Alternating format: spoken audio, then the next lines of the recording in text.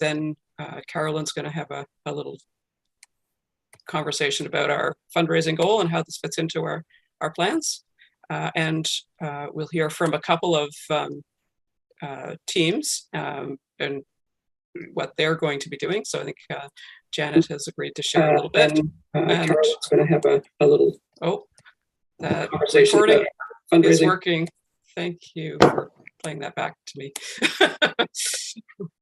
Sorry about that, Kim. That's okay, no problem. So yeah, Janet's going to share a little bit about what her team is doing. We'll hear from the primate by video, and we'll have time for questions and answers. And I think Betty has something to share with us a little bit later as well. So we'll just hold that little surprise for later. So welcome, and I'm going to turn it over at this point to Suzanne Rumsey, who will introduce our first guest. Thanks, Kim. And I think most people know who I am, but I am Suzanne, and I'm the Public Engagement Coordinator at PWRDF. And it's my privilege and honor to welcome Levon Sevunts, who is an award-winning communications professional based in Montreal and Ottawa, where he is currently the communications officer for the Canadian office of the UN High Commission for Refugees. Prior to joining UNHCR, Levon was a journalist with CBC and Radio-Canada International. He was also the Canada stringer for the German press agency DPA International. Levon was born and raised in Armenia and started his journalistic career there before having to immigrate to Canada when the Armenian government shut down the TV program he was working for. His work has been recognized with numerous awards and has appeared in major Canadian and US newspapers, including the Globe and Mail, the National Post, the Toronto Star, the New York Times, and the Washington Times. And Levon is here on behalf of UNHCR to paint a bit of a picture for us about the current global refugee and displaced persons situation in the world. And so I'll pass it over to Levon with thanks. Welcome, Levon. Thank you, Suzanne, and thank you very much for inviting me to this wild ride. It's going to be a very short presentation on the state of the global displacement crisis. And what I'll try to do today is present some of the findings of our 2021 Global Trends Report, which we released just last week. These global trend reports usually look back at the previous calendar year, but this year, because of the enormous impact of the war in Ukraine, we also had to include those numbers. And Janice, can you please have the next slide? So even before the Russian invasion of Ukraine, the number of people forced to flee due to persecution, conflict, violence, human rights violations, and unrest climbed to 89.3 million by the end of last year. This is more than double the number of people forcibly displaced at the end of 2012. And it's a continuation of a very worrying decade-long rising trend. Next slide. But of course, it was the war in Ukraine that pushed us well above the 100 million mark for the first time in recorded history. There are now over 5.1 million refugees from Ukraine, and more than 7.1 million people are internally displaced there.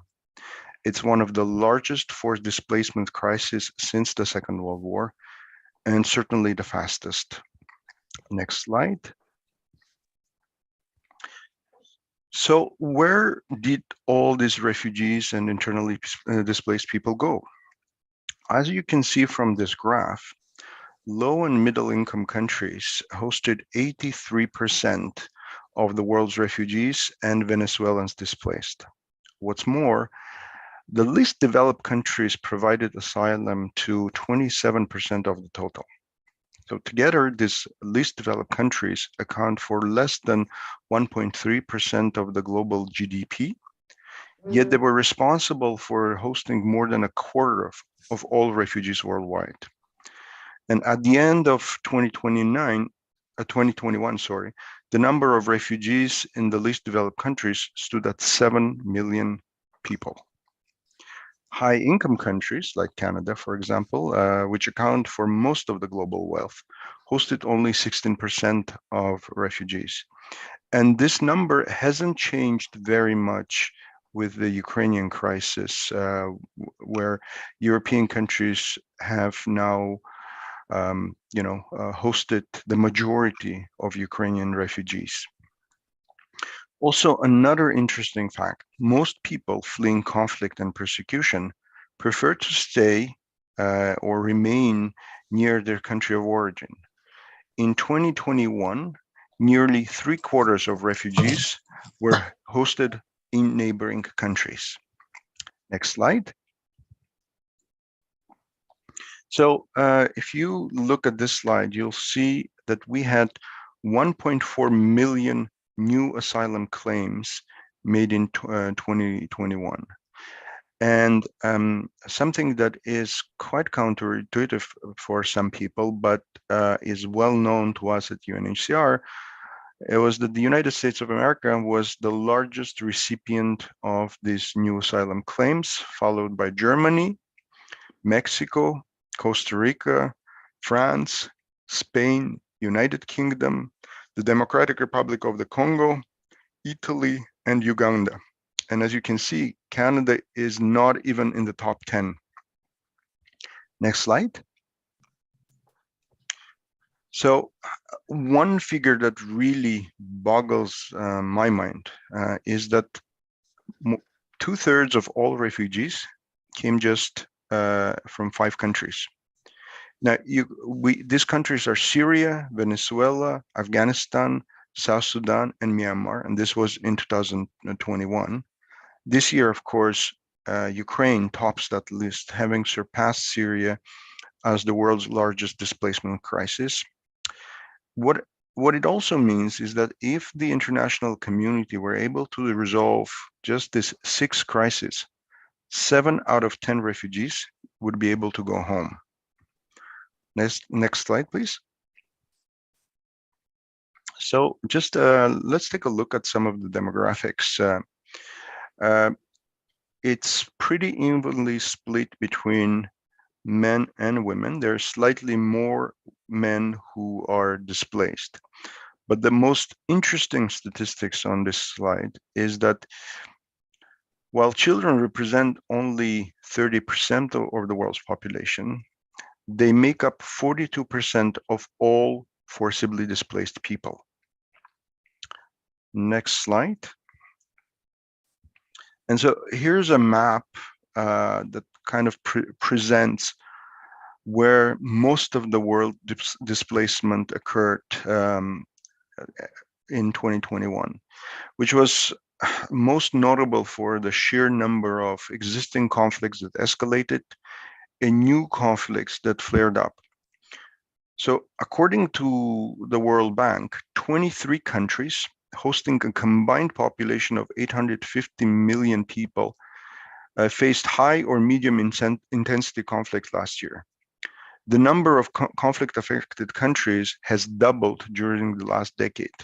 And of course, women and children bear the brunt of this. So in Afghanistan, the events leading up to the Taliban takeover of Kabul in August 2021 resulted in displacement within the country, as well as into neighboring countries who had already received quite a lot of refugees, millions of refugees, 1.5 million in Pakistan, already old, refugee population, similar number in Iran.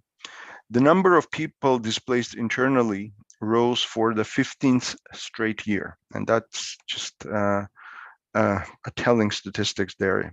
Even as more than 790,000 Afghans returned to their homes during that year. Next slide. Of course, the conflict in the Tigray region in Ethiopia led to at least 2.5 million more people being displaced within their country. One good news is that 1.5 million of them have returned to their homes during the year, but the situation in Ethiopia in the Tigray region and the surrounding regions continue to be very, very precarious. And unfortunately, it's not making, in my opinion, enough international headlines. I don't know when was the last time I saw a headline, or a story featuring the crisis in Ethiopia. Violent insurgencies, sorry, and it's next slide, please. Violent insurgencies in the central Sahel region of Africa continue to drive internal displacement, particularly in Burkina Faso. This is another story that we barely hear about. The root causes of conflict in the region include extreme poverty, chronic underdevelopment, and of course, the climate crisis is a huge factor, with temperatures in the region rising 1.5 times higher than the global average. It's making the humanitarian situation even worse for people forced to flee. And also last year, at the end of last year in December, we saw the first instance of a conflict, intercommunal conflict, that we can directly attribute to climate crisis. There was a conflict in northern Cameroon where traditional farmers, settled farmers, were raided by cattle herders because of a conflict over dwindling water resources in Lake Chad. And the intercommunal violence drove hundreds of thousands of people across the river into Chad. Next slide, please. And Myanmar was another contributing factor to this huge spike in displacement after the military takeover there in February, which ignited widespread violence and forced many people to flee. And this is in addition to the Rohingya crisis that has been in the headlines since 2015. Next slide, please. Of course, with closer, in our own hemisphere or in the Americas, the renewed displacement from Venezuela and primarily to other Latin American countries. With that, Venezuelans displaced abroad also grew by more than 500,000. There are now more than 4.4 million Venezuelans displaced abroad. Next slide.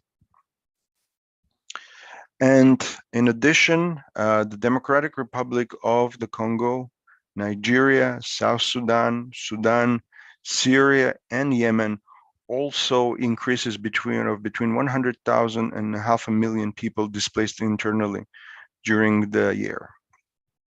Next slide, please. But there were also some notable success stories in 2021. Nearly 6 million displaced people returned to their areas or countries of origin last year, including 5.3 million internally displaced people and 429,300 refugees. And just 2 days ago, our High Commissioner Filippo Grandi was in Côte d'Ivoire, Ivory Coast, to mark the cessation of the refugee emergency there. So Côte d'Ivoire, I think, has become the first African country to cease to be officially a refugee crisis. And we have witnessed more than 90% of the Ivorians who had fled to neighboring countries return to the country. And we were there to celebrate. And I think it's in all this gloom and doom, it's very important to mark this success by the Ivorian authorities, the people who are now feeling safe for the first time in decades or years to go back to their homes. There's a whole generation of Ivorians who grew up in Liberia, had never set foot in their homeland, that now are going back there. So that's a really inspiring example for us here at UNHCR. Next slide, please. So the other success story was the pickup in the resettlement of the most vulnerable refugees. So this is after COVID-19 restrictions were lifted.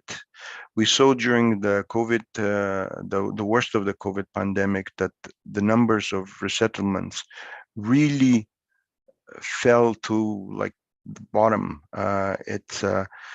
You have to understand that UNHCR refers to resettlement only the most vulnerable of refugees. So these are people who are already in a country of asylum, but we find that they are vulnerable and they need to be relocated to another country. So this could be women, single mothers who are threatened by their former partners. These are survivors of violence and torture. This could be people with rare medical conditions that cannot get the kind of treatment they need in the countries of asylum. And so last year, we finally brought 57,500 refugees were resettled. But just to tell you how big the gap is there, the UNHCR last year had identified 1.4 million refugees that we wanted to resettle to other countries, but only less than 4% of these people actually got resettled. So, and that's because there aren't that many countries that provide resettlement spaces for refugees from other countries. And so next year, we expect that more than 2 million refugees will be in need of resettlement. So the gap will be even bigger next year. Next slide, please. So let's take a look at what has been happening in Canada. In 2021, Canada received just 0.5% of all refugee claims. But our acceptance rates of asylum refugees is pretty high. So 71% refugees were actually accepted after having their claim heard on merits by the Immigration and Refugee Board. So this means that 7 out of 10 asylum seekers in Canada are actually recognized as bona fide refugees. Next slide. The majority of asylum claims are concentrated in 3 provinces. Ontario is number 1, followed by Quebec, and the 3rd place is British Columbia. And what we say is that by allowing people who arrive at Canada's borders to seek safety and make an asylum claim, Canada is enforcing its national laws and honoring its international obligation, because every person has the right to seek safety, whoever they are, wherever they come from, and whenever they are forced to flee. Next slide, please. So in Canada, in 2021, Canada was the largest receiver of resettled refugees. We welcomed 20,400 people, and that's more than double the 9,200 resettlement arrivals in 2020, which was, of course, one of those years where resettlement, because of COVID restrictions, really climbed down. As you can see, the top 10 nationalities resettled in Canada, it's Syria, Eritrea, Iraq, Afghanistan, Somalia, the DRC, Ethiopia, Iran, Pakistan, and Bhutan. But we expect that next year, Afghanistan will have a much bigger chunk of that pie. Next slide, please. Overall, Canada has welcomed 214,818 resettled refugees over the last decade, and over 1,200 refugees were resettled through Canada's Urgent Protection Program. And so this is, again, this is a tool for us to resettle some of the most vulnerable refugees who are in immediate danger. And finally, to wake you up a bit, here's a short video to recap some of the points I made in my presentation. It's much prettier than my PowerPoint presentation. I hope it helps you retain some of the numbers that I cited in my presentation. Janice, can you please play the video?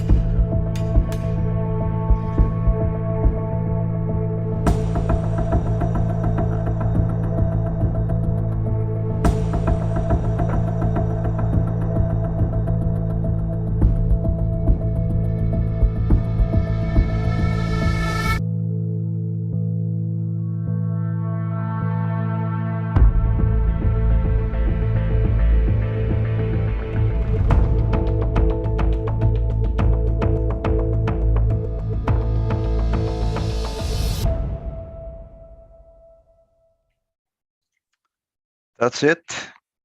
Thank you very much. And I'll be here if you have any questions. Thank you so much, Levon. And yes, thank you. Thank you for that overview of a very large and very complex situation. Really appreciated. I think I'm just looking at Kim. We'll move in through the rest of the program and save questions, Kim, for the end, but encourage people to type them in the chat before they lose them. That's correct. Yeah, it's as long as Levon, I'm assuming you're okay to stay for the. Yes, I'm okay to great. stay. Yeah, that's perfect. So yeah, if you have questions for Levon, please do type them into the chat, and we'll continue on, and we'll have time at the end for questions and answers. So thank you for that, Levon, and that's a good picture of what's happening in the world. And as most people know, PWRDF, of course, supports refugees and internally displaced people through a number of partners around the world. And so throughout our campaign, we'll be sharing information about the different partners, projects, and ways that that PWRDF's work is supporting this incredible crisis. So I am going to just hang on for a quick second. Just getting to my own notes, and I've got too many windows open on my computer. So I am going to go through just a little bit of the practical pieces of this wild ride. So many of you may remember, some are new to this campaign, I think, but most of you may remember that PWRDF has been participating in the Ride for Refuge since 2014, and it is a peer-to-peer fundraising campaign, which means that we encourage folks to register and participate in an activity and reach out to friends and family and network to kind of support your teams. This year, we are actually going out on our own. There is just evolution in the Ride for Refuge and where our growth in terms of where we're at in our capacity to put on fundraising campaigns. We've decided that this year we're going to kind of strike out on our own and create our own fundraising campaign.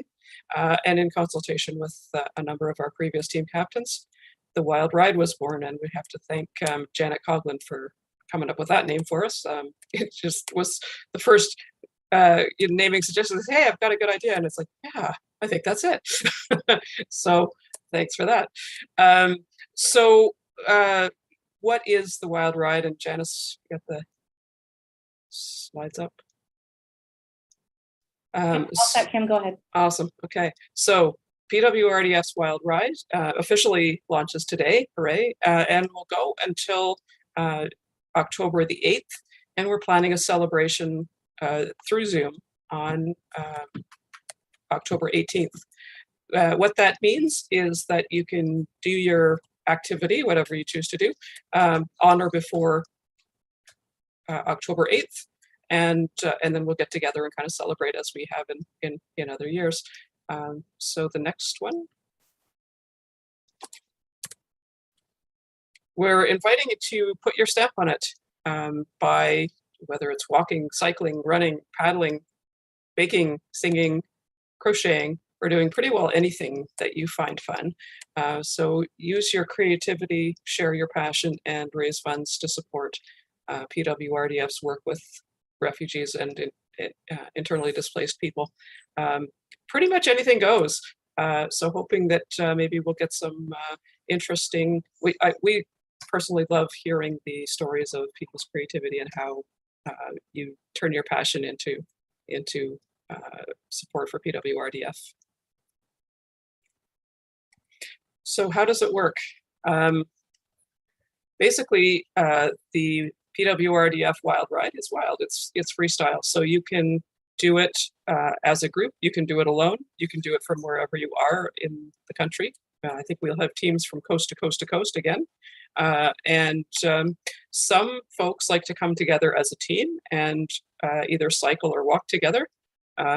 Others prefer to do their thing on their own. Others do a challenge that leads from June through October. Yeah, so do it however you wish, in person or on your own, as a group or individually. Did someone say t-shirts? So everyone who raises $200 will receive a PWRDF Wild Ride t-shirt.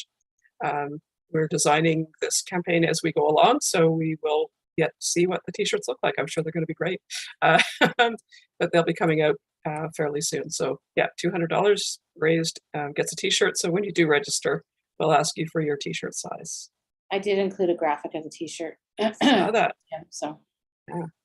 So whether that's the actual t-shirt, it probably is something. Support provided. So we don't expect you to do this all on your own. We are with you on your wild ride journey.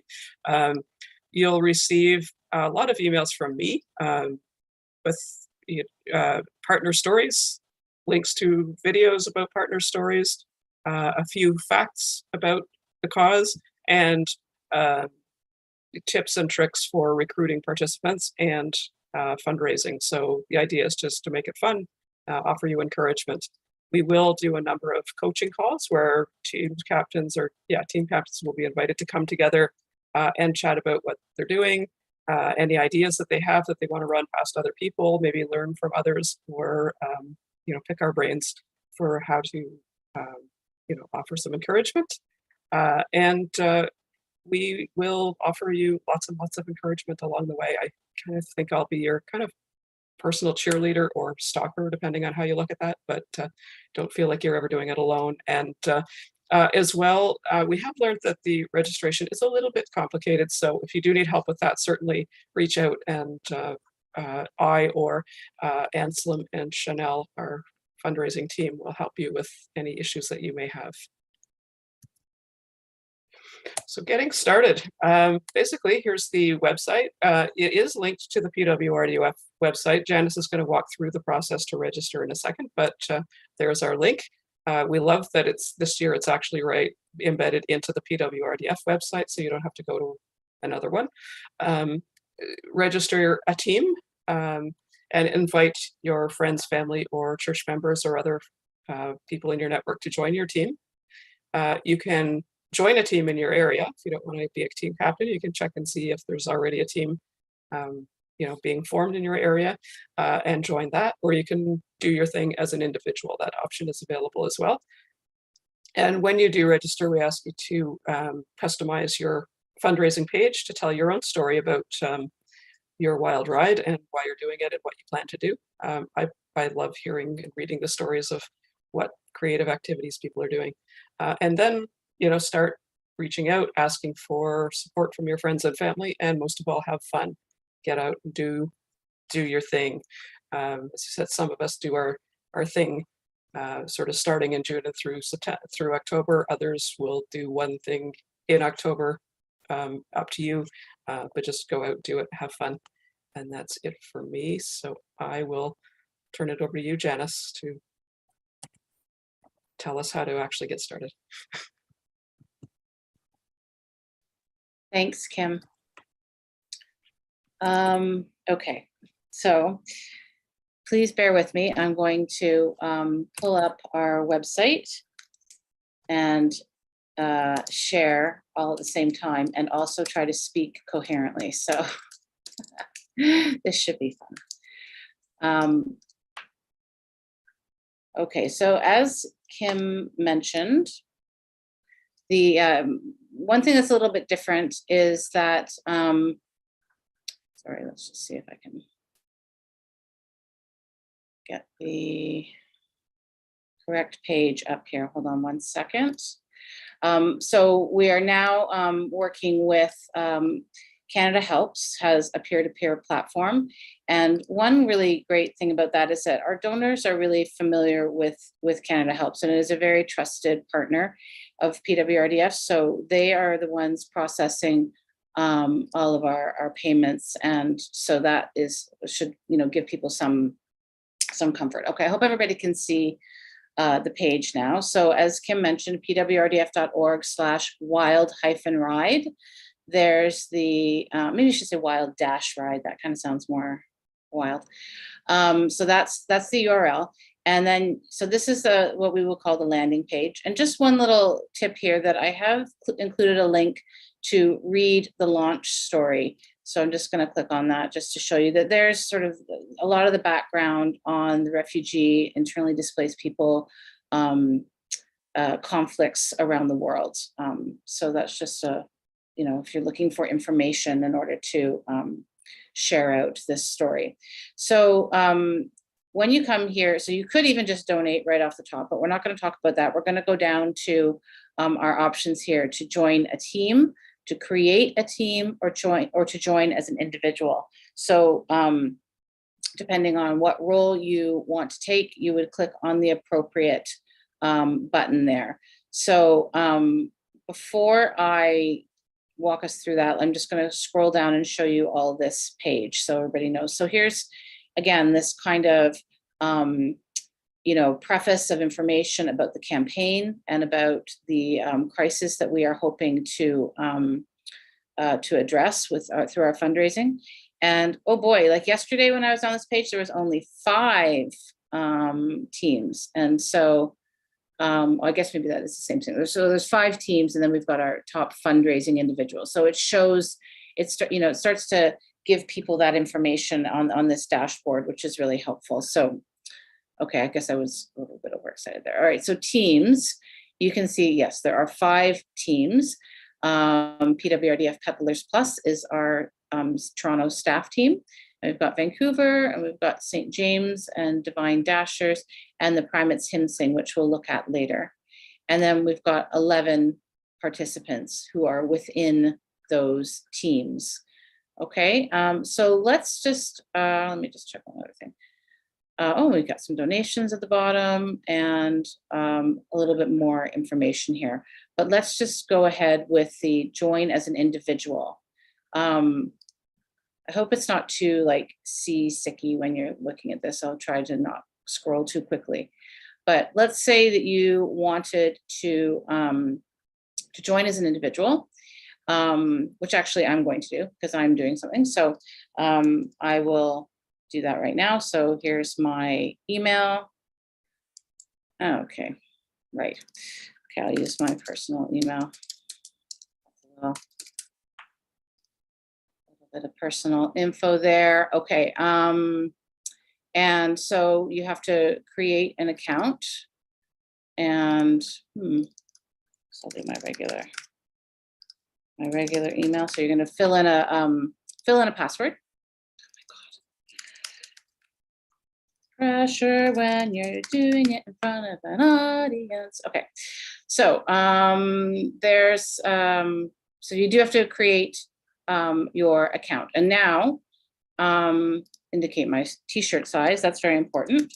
So I'm going to put that in. This is all it's filling in with my work information. Personal fundraising page name. Now, I'm going to keep it like that for now. But actually, what I'm doing is I'm hosting a benefit concert at my church in Toronto. So I'm just not sure what that name is going to be right now. So I'm going to actually I'm doing it with Mark. Greg, I hope you knew that. Mark and I are doing a concert together. So put your stamp on it. I'm going to say by, select your answer is making music. Okay. And then you can click here if you would like to receive email from us. So I'm going to click yes, because of course that would be email from me and Kim. So, okay. So then you're going to continue and you will get, all this information here about the URL, which is like the address of your personal campaign, and so then you can copy that. I think you're also able to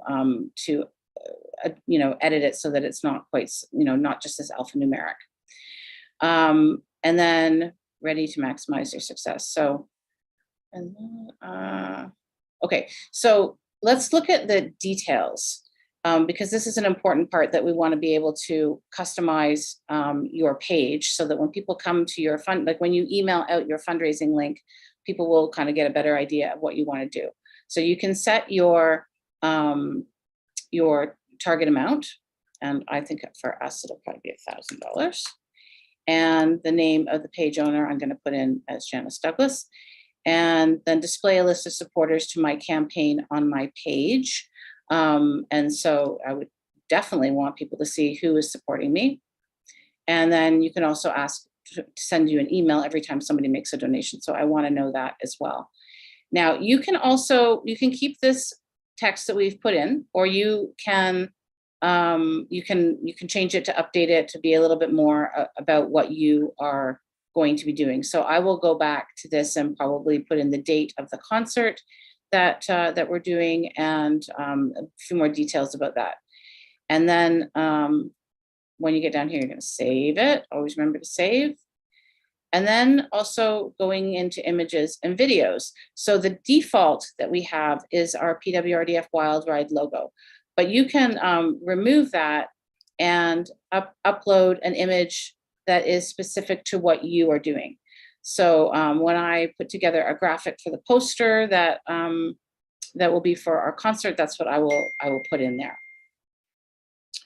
And then you can also add in other images that might be, again, about your event and what you're doing, or could even be an image that you could put the logo back there if you wanted to, with a caption. And same goes for videos.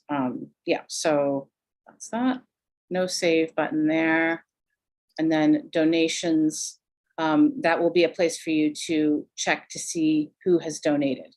So nobody's yet donated to my amazing concert, but okay, I hope that, and then you can go up here to view my page to see how it's looking. And so as you can see, I think this will be when I update, it looks like the person's wearing a blindfold, but is it like a duck? I'm not really sure what that icon is. I think when I put in the graphic for my concert, it will appear there, but we have the main logo, and then if you can also edit, you could change that banner that we discussed. So basically that takes you back to the customization page. And once people start donating, this is going to fill up this bar. We've got, I probably will have customized this a little bit with information about my concert. So that's what will be there. And then people can donate.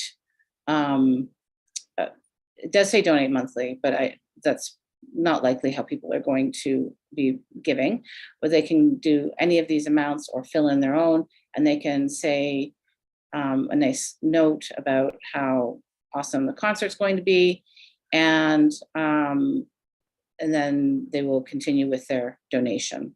So that's sort of the donate side. But I wanted everybody to see how your personal page is going to look, and because it's me looking at it, it gives me this this edit capability here. So I hope that is a kind of a good little. Kim, do you think I covered everything, or was there anything else that you wanted me to mention? I think you've covered it, and I see there's a bunch of questions coming through into the chat, so we'll answer those. They're all really good questions. So yeah, no, you covered it. All right. Thanks, Janice. So we'll maybe have Carolyn give us a quick. Sure. Okay, I'll be quick because I think we're a little bit behind and there's lots of questions, which is great. So for those who don't know me, I'm Carolyn Cummins. I'm the director of the fundraising and supporter relations team for PWRDF. So thanks for being here today and supporting us in our very first Wild Ride. We're excited and a little bit nervous about launching our own.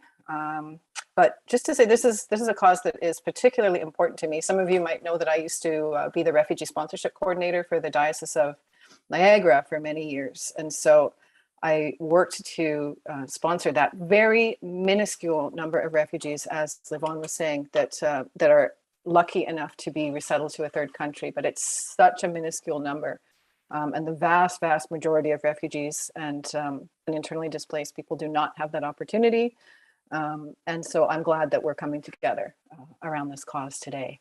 So we have switched from Ride for Refuge. For those of you who were familiar with the ride, they did make quite a few changes this year, and we just decided that just wasn't going to work for us. We really wanted to continue with the freestyle because that has been so successful for us.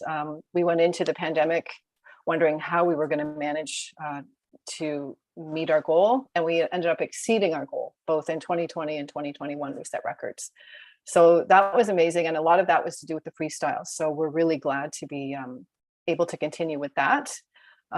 So the changes to the ride kind of gave us this nudge to get out on our own and do this signature event. We've got lots of experience having done the ride.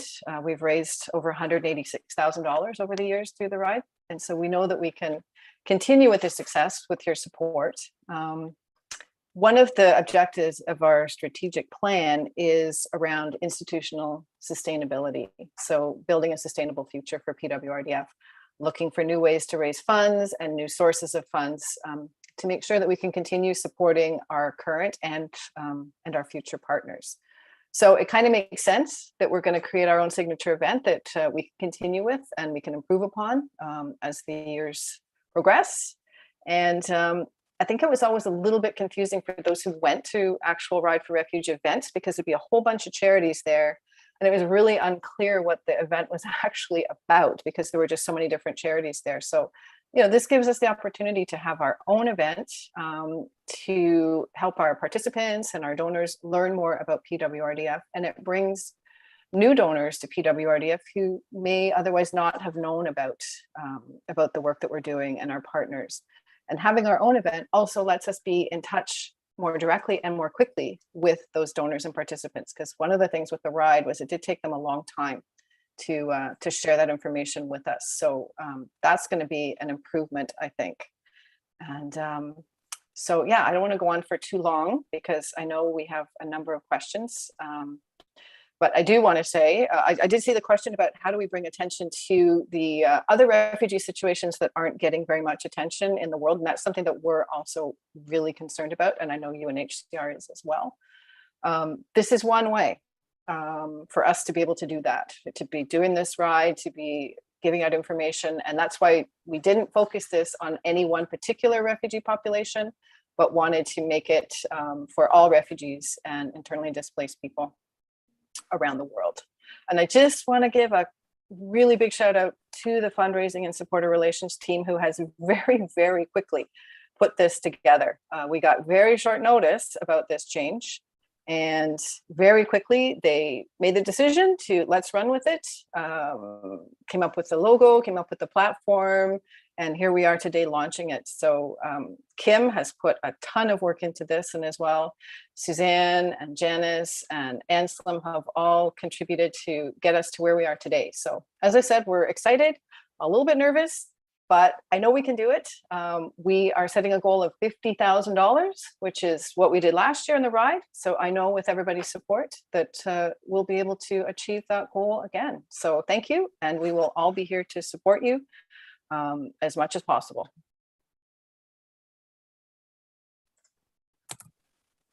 Thanks, Suzanne. Suzanne, Carolyn, what's your name? Thank you, Carolyn. That's really helpful. I think we were going to hear from just a couple of people. Janet Coughlin, I think you were going to share just a little bit about your team and what you generally do, just for a couple of seconds. Sure, yeah, I'll keep it brief as well. Our team is called the Divine Dashes, and we're from St. John the Divine in Maple Ridge, so you can see where the name came from. We've been doing this for about 5 years. The first year as part of a large Ride for Refuge event, and then after that we decided that we'd just do our own thing and find our own place to walk, which was a lot more convenient. And we're a small team, so I think last year we had 6 people. It's been up to maybe a dozen at the most. So we just kind of fit in where we think that people are going to be able to come. And part of our aim was to have fun. So we've been finishing up with a picnic lunch. That wasn't possible during COVID, but where possible, we get together, we choose somewhere where there's picnic tables and all bring our own lunch and sit down and have a good chat afterwards. So we make it a fun event. We did concentrate on either running or walking, but one of the things I'm excited about this year is the idea of encouraging other kinds of events that the parish can do, because not everybody can ride, I should say ride or walk, but maybe they can crochet and all kinds of other things. So we've raised fairly small amounts, but I think the most was about $1,000, but it all helps. And I think it's been a sense of pride for the parish that a small parish can do something for PWRDF. And yeah, as I say, it's been fun over the years. Thank you. Oh, one thing I should mention, we did collaborate with another parish in Coquitlam, so we've been doing a joint thing together as well, and that's another way of reaching out. That's great. Thanks, Janet. That's a really good example of and I think that's what's been our success for the last few years with the ride, and one of the reasons that we think that taking this on and doing it ourselves is going to work is we have a lot of fairly small teams who do raise a considerable amount of money, and it's just a good example of how you can come together, make it fun, and it doesn't have to be a whole ton of extra work. It's let's just go ride a bike together or go walk together or do something together and make it a fun time while still supporting a good cause. So appreciate the examples. So we were going to show, and Janice, I'm wondering about just a time check. I wonder if we should maybe answer some questions and then close with our primates video. Sure, whatever you like. Works. I just want to make sure we catch it because there seems to be a lot of good questions. So I don't know, Good. Suzanne, if you want to just do rapid fire questions. Let's do that. And I'm conscious of time and of Levon's time with us. So maybe we could group together the questions for him first. And then we'll go to the more practical questions around the ride itself. And Levon, I don't know if you've been noticing the questions in the chat, but a very first basic one was about how do we define a refugee versus a displaced person? Maybe let's start with that one. Thank you very much. That's a very important question. I should have addressed that in my presentation. So there is a very basic difference in international law. People who flee their homes but remain within the boundaries of their countries are called internally displaced people. In international law, you become a refugee only once you've crossed an international border. So that's this distinction. And if we look at the numbers last year, we had 27.1 million refugees and over 53 million internally displaced people. So the what we in our lingo call the IDPs, internally displaced people, are the overwhelming majority of people who are forced to flee. And just a bit more of a background. So UNHCR's mandate, when it was created in 1950 and 1951, was to look after three categories of people.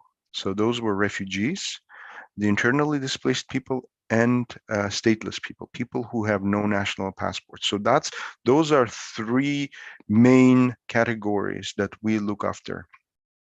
And that's in international law. There are certain rights that refugees have that the IDPs don't have because they're still considered enjoying the protection of their own country, even though they might not be in any practical sense.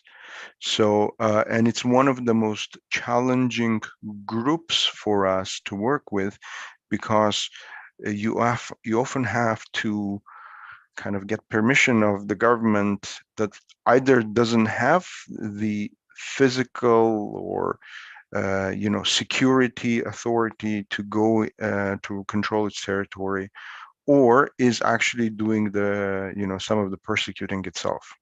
So case in point would be Myanmar. So in Burma, because after this military coup that deposed the civilian government in February, there were clashes. There are hundreds of thousands of people, I think 1.2 million people who are internally displaced within Myanmar.